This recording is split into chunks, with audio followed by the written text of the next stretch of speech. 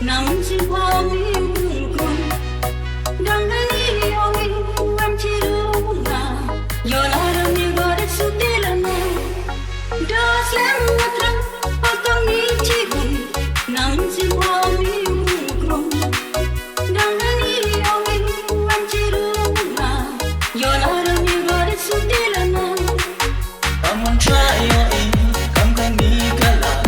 Your lani come ni de bu boy pakhan. Nda chai lo, yem si nyanga. Come ni he chu I jing mu de mi ya.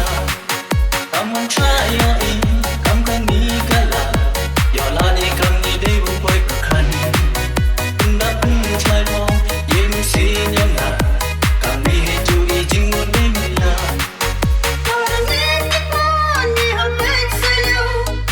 Hãy subscribe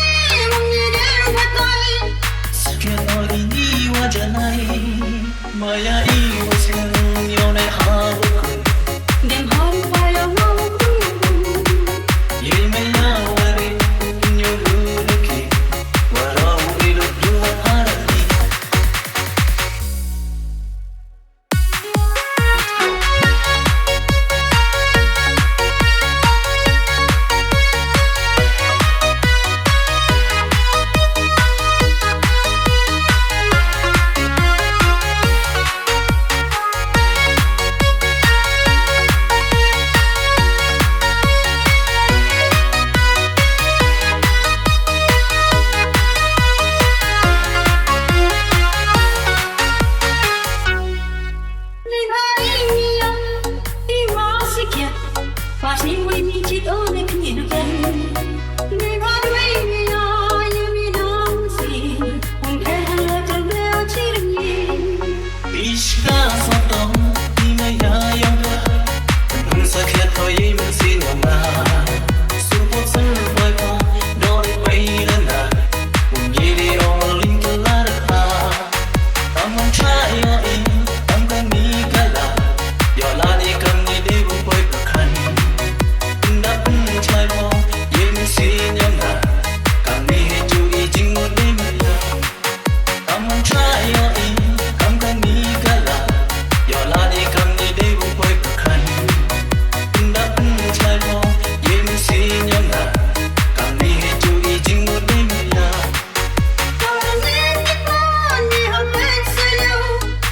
để